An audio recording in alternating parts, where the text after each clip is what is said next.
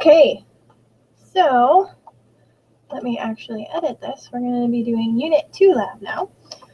Properties of substances. Sorry about that.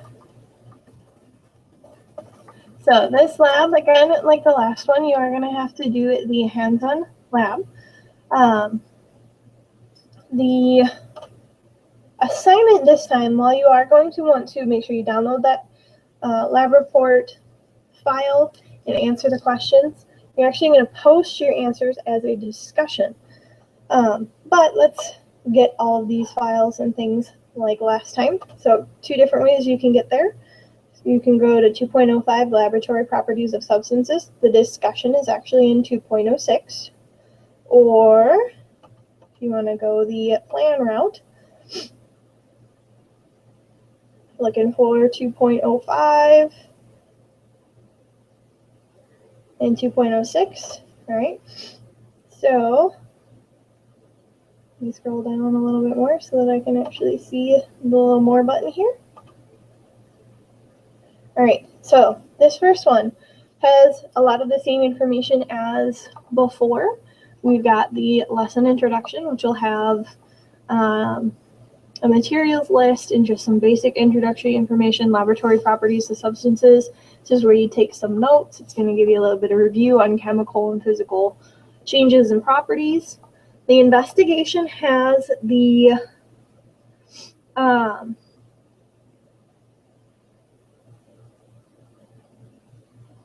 virtual option again, and this is a hands-on class. You're supposed to be doing the hands-on lab. So if it really comes down to, in this lab in particular, if there happens to be one item that you just don't have at home, one of the additional things that are in your kit, then we can work out doing partial hands-on virtual, right? But there has to be something you can take pictures of or record or describe in detail how you were doing it for that hands-on component part. And then this area is where this recording will be. And then just to kind of walk you through 2.06, this is where you're going to find the discussion. All right, and the discussion is going to have a file for us to download to have questions. And then this is also where you're going to turn in that proof of the hands-on lab. So I'm going to click on the discussion area. There's the grading rubric. And then what's really important is this Chem 2.05 LRD. It matches these same 3 questions here that you're supposed to be answering in the discussion.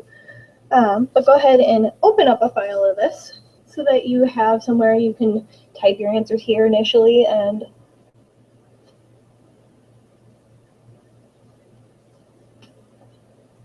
use this a little bit later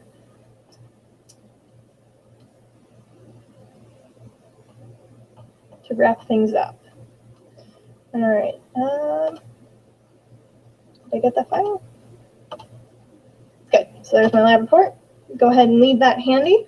Now we're gonna move to the actual physical equipment you need. So, I know the resolution here is pretty bad, but you're gonna need gloves and goggles. All right, we're gonna use a couple of chemicals in this one that are actually fairly harmful. So you want the correct protective gear on so that you don't hurt yourself. A couple of other things you're gonna need. This should be in a little brown cardboard box, but this is a mortar and pestle.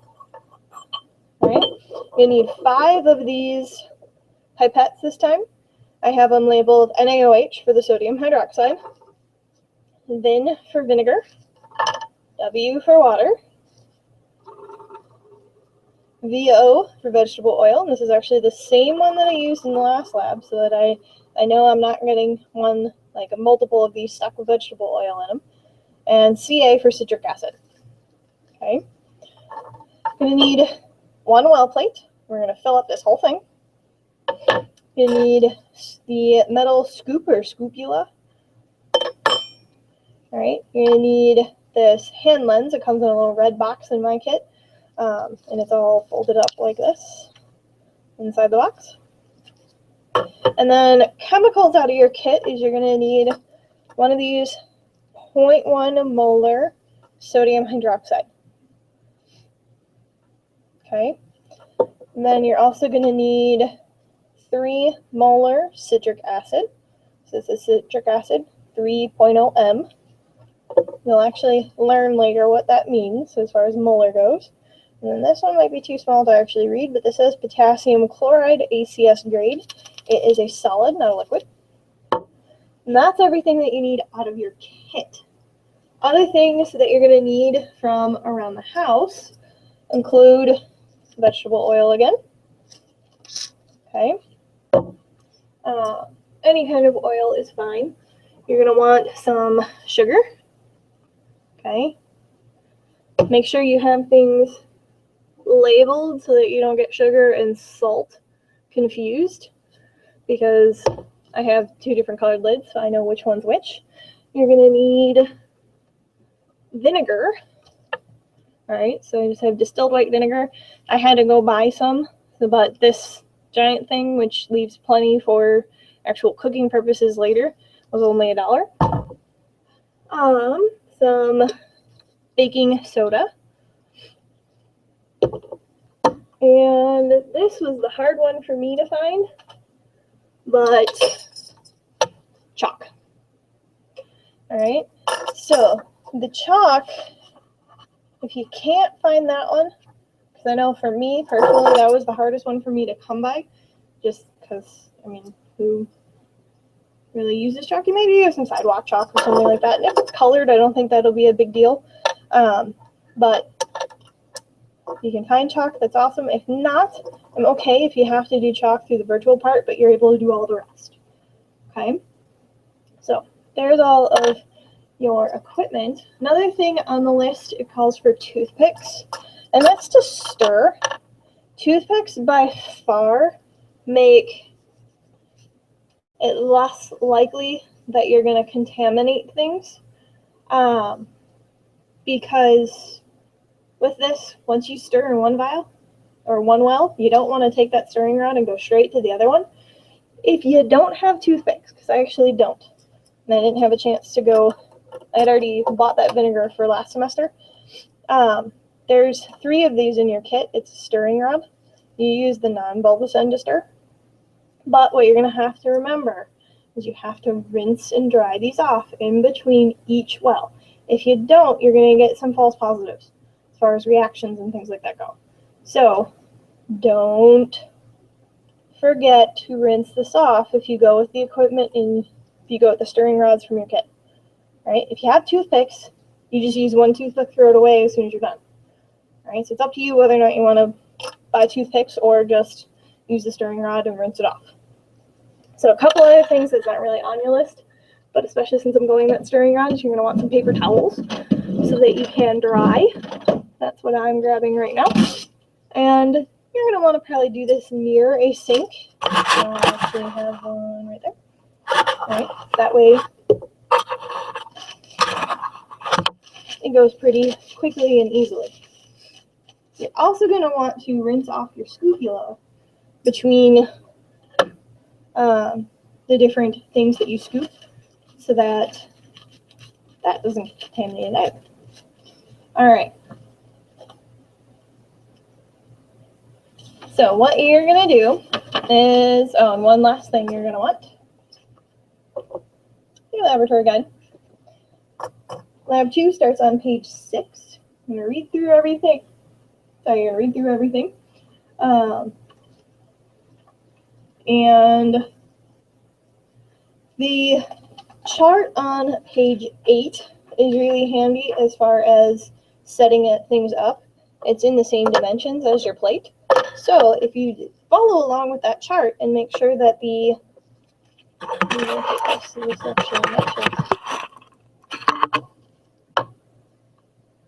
make sure that in the top left well you put distilled water and chalk, then you know what's in each of these wells because you can just follow along with that table in the book. Okay? All right. So what we're going to do, the 2 parts that we have going on here, is we're first going to combine everything, and then we're going to let it sit. You might have to let it sit overnight. That's where the household fan that's optional comes in handy. It'll make things evaporate faster. But you're going to let it sit and evaporate and make some observations afterwards. But we need to first get our chalk prepared. So that's what the mortar and pestle is for. You probably would be fine with just that one piece, but I'm going to crunch up all of this, and it's going to be hard at first, but you need to get this down into a fine powder. So that's, you can see some of it is already getting that way.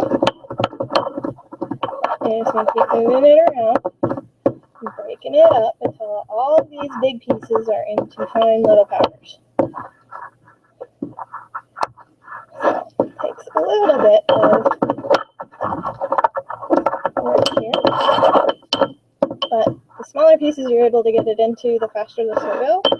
And I don't want to make you actually sit through this entire thing, so I'll finish that so that I can finish the lab in a little bit. But let's start getting things set up. Alright, so it says, with a scubula, fill well 1A of the microplate approximately 1/4 of the way with chalk. Using a pipette, slowly add 25 drops of distilled water, stir with a toothpick. So you're going to do these one at a time so that you can carefully make your observations. One thing that might save you just a little bit more time is going through and getting all of your solids into the plates first, right? So, like, you can do chalk in all of these four, you can do your salt in these four, and then that way all you're doing is adding your liquids, stirring, observing, adding your liquid, stirring, observing. Might go just a little bit faster. I'm going to see if I have enough chalk to do that.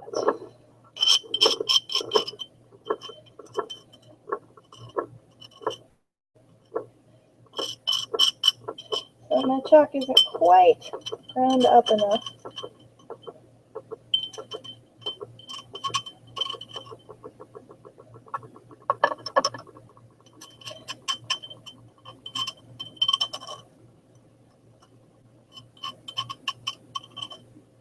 So I'm just going to do one chalk for now.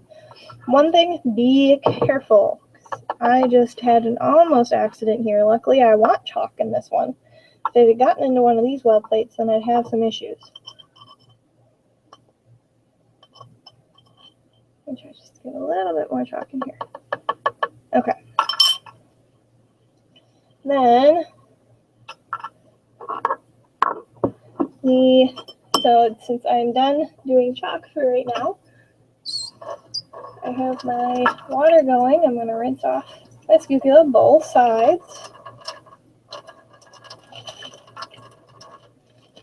And I'm also going to dry it off. Move on to the next solid, which is salt. Alrighty, so salt and the blue lid. So again, be careful that you don't mix this into any other plates. I just had issues with that. So I'm going to get a wet paper towel to clean out the one next to it.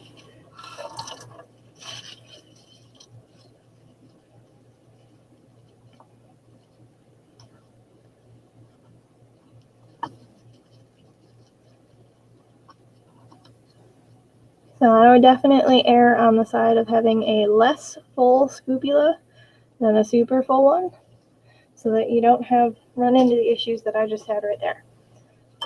So I'm just going to go with a very small amount. I might have to do a few scoops into each one. But kind of shoot for having most of the bottom covered. I'm going to do just a little bit more of these. Steady hands definitely help here.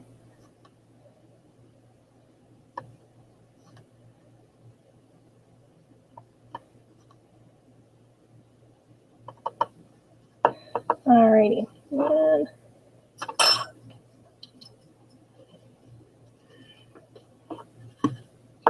there's my salt. Need to wash and rinse.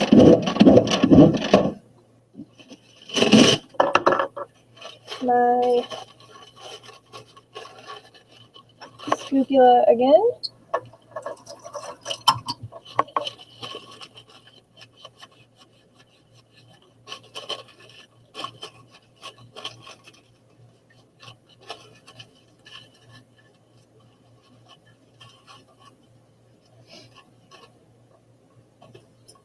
And next is KCl, and that was that solid from the kit.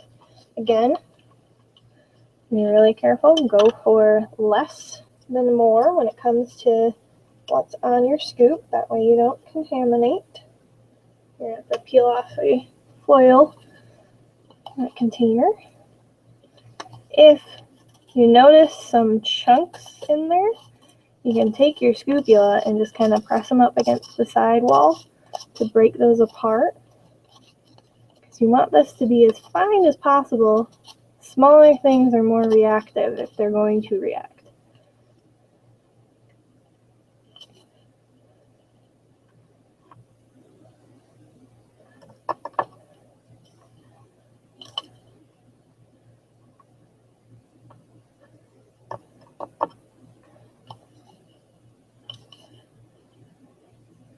I actually like this setup better, where you go and you get everything filled in first. You can even take a picture of it before you start adding your liquids, so that you kind of see what happens to the solid. Does it dissolve? Do you still see it kind of floating around? Do you see all of it still floating around, or did most of it dissolve? Things like that. Do you see signs of a reaction? So speaking of signs of the reaction, see if you can list off the 5 major signs while I rinse off my scapula and dry it. Alright, so one is a temperature change. Since we're not using a thermometer here, we're not actually going to be checking for that one. So we may miss a reaction because of that. That's okay. Another sign would be, next thing I'm putting in here is baking soda. Another sign would be the formation of bubbles or making a gas. You might see color change. All right, and when we're talking about color change, we're talking about like a really drastic one, like, you know, these are white solids and all of a sudden it turns blue. Okay, it might give off light. I can tell you none of these are going to do that in this experiment, but that is a sign of a chemical reaction if you get light. So like when you burn a candle, that's actually a chemical reaction because it makes light.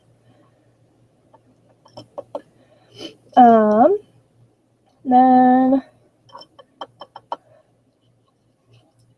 you could run into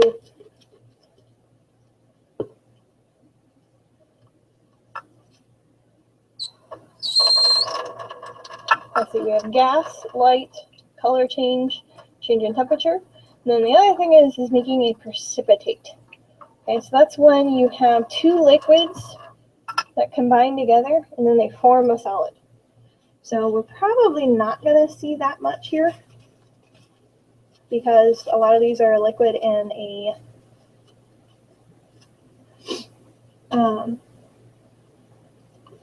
liquid and a solid. All right, but possibly, maybe, in the very last one when we have the vinegar and the vinegar being combined, maybe we'll get one there, but there's another lab that we do that has tons of precipitates. All right, so the 5th one is sugar.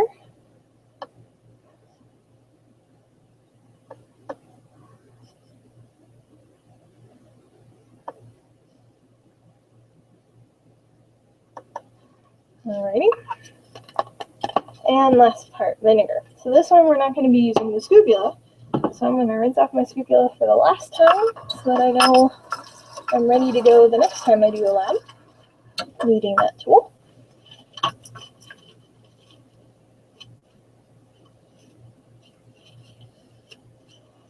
And I'm going to use the pipette and put vinegar in.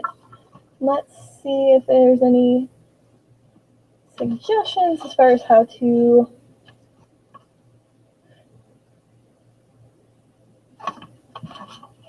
do the vinegar part.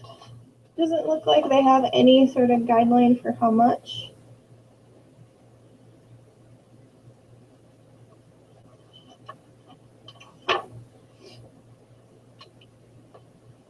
So I'm gonna go with add 5 drops of vinegar.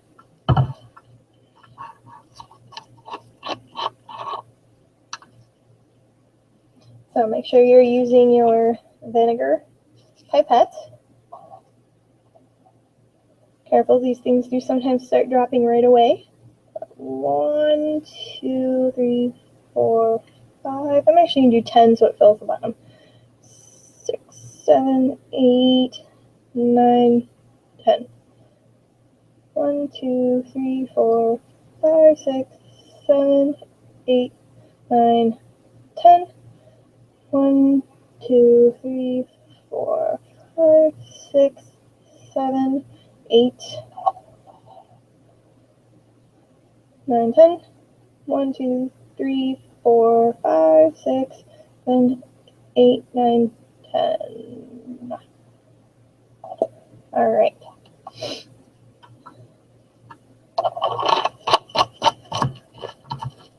All right, so now you're at the point where you have the first chemical in all of your wells. All right. Let's see if I can quickly get the chalk finished here so that we can do those. But you're going to add your other chemicals. Actually, the sodium hydroxide, I didn't need to make a pipette for that one.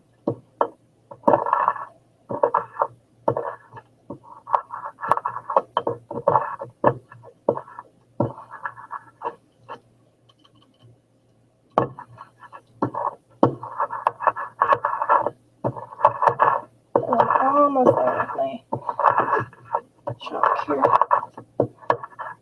Just a couple bigger pieces that don't want to break apart.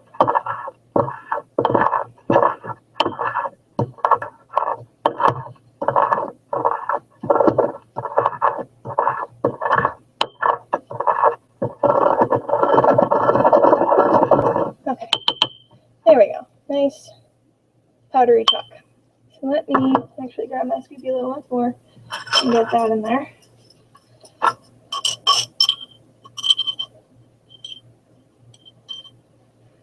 And be really careful not to contaminate the other ones. Go a little lighter on the next one. Alright. So now I have everything in the bottom. I'm going to rinse off my scapula one last time. Alrighty. So just going to choose one of these rows to do, and then I'll let you do the rest. So I'm going to do, I'll make sure we actually get something to happen, is the citric acid. So citric acid and sodium hydroxide, they come in dropper bottles. So with these, you can actually not do the pipettes and you can just use the dropper bottles. Okay. It says to add 25 drops. I'm going to see how many actually fit in the wells. So we may have to reduce it, but this is one reason why you wear gloves, because I just got citric acid dripping out of here on me. So citric acid goes in row B. So 1,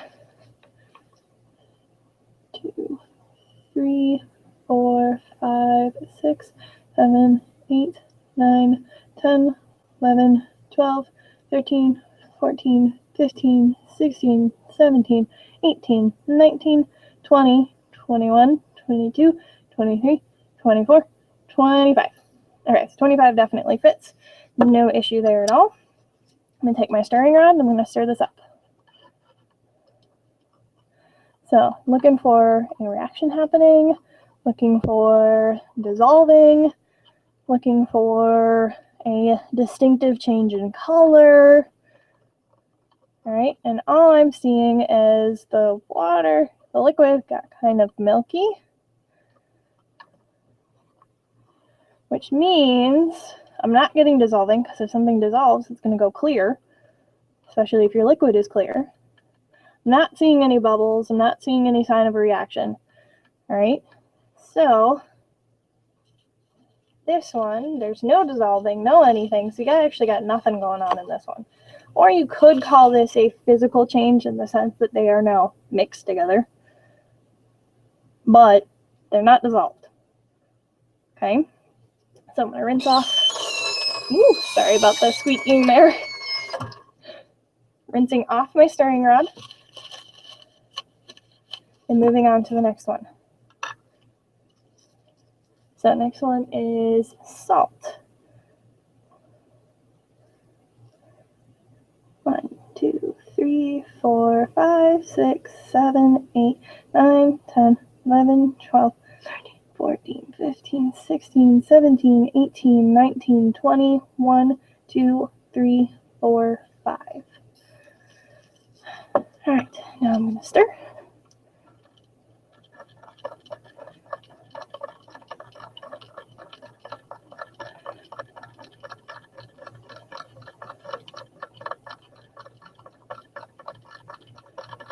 And I'm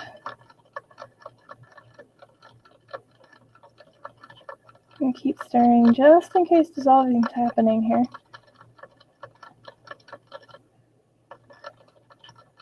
I think it might be. So sometimes to get dissolving to happen, it might take a little bit of stirring. So give it a good, 60 seconds of stirring before you make your final judgment on what's going on here. So if I look at this, I can still see some salt in the bottom, but I see it way, way less than what I had in there. So what's happening here is the citric acid is dissolving the salt. Problem is I have so much salt in this little teeny tiny container that it can't actually dissolve it all. All right, so there's a little bit left down at the bottom, but it's way less than what I started with. So here I have dissolving going on. Dissolving is not a chemical reaction. The salt is still there. And this is one reason why we're going to do that evaporation thing. This is going to be your way of double checking to make sure that it wasn't a chemical reaction. If it's dissolved and not actually chemically reacted, when the liquid here evaporates, the salt will be left behind, meaning the salt itself did not become something new. It was still salt. It just got dissolved into the citric acid. Okay? All right, so I got KCl. 1, 2, 3, 4, 5, 6, 7, 8, 9, 10, 11, 12, 13, 14, 15, 16, 17, 18, 19, 20, 1, 2, 3, 4, 5.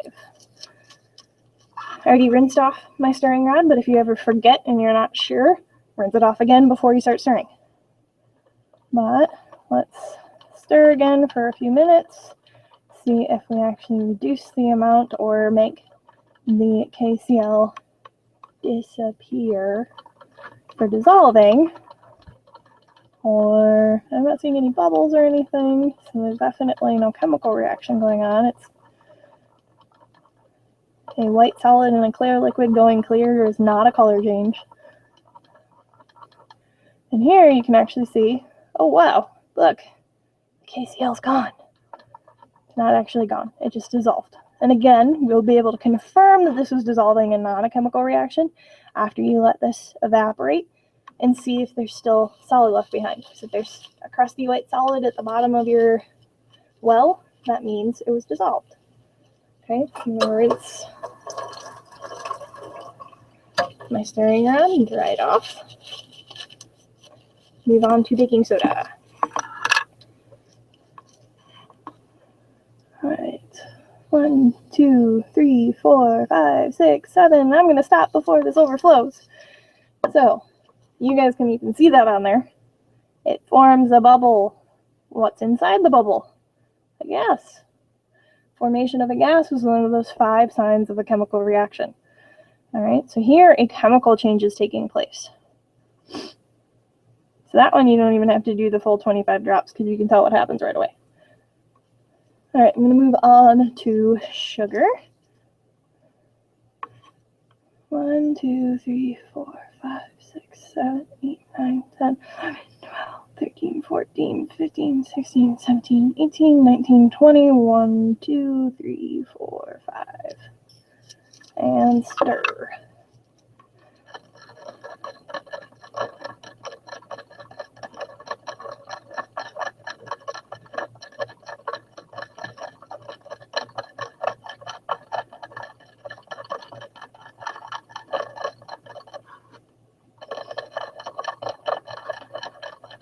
Stirring and stirring and stirring.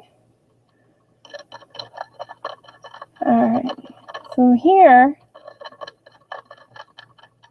keep stirring, and my sugar is there, I can still see it. It's not really disappearing at all. Every time I stir, I don't see less and less, and well, hold on. This is why you do it for a good minute or so.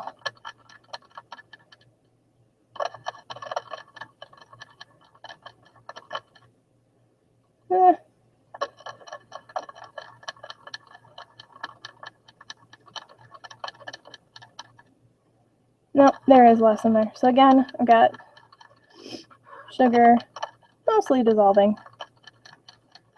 Of the things that dissolve, the KCl, or the potassium chloride, by far dissolve the best. But I do have 3 wells where dissolving occurred, and dissolving is a physical change. Because again, when we let this evaporate, these 3 wells are going to have solid left behind. So I've rinsed off my stirring rod, and now the vinegar. 1, 2, 3, 4, 5, 6, 7, 8, 9, 10, 11, 12, 13, 14, 15, 16, 17, 18, 19, 20, 1, 2, 3, 4, 5. Alright, I'm going to stir this. Now this one, we're going to have a little bit of a harder time knowing what's going on here. They're just mixing together. Fortunately, looking at it from the side, either you really can't see anything, so I can't really tell if there's layers forming or anything like that. Looks like they dissolved into each other. It doesn't look like there's layers, but this one, because they were both liquids, you're not going to have anything left over at the end. All right, so you're going to do that with all of the liquids across all of the wells until you've run all 24 reactions, observed, or run all 24 combinations. They might not all be reactions, because in this case we only had 1. All right, and then we're going to let it evaporate, and it might have to go overnight.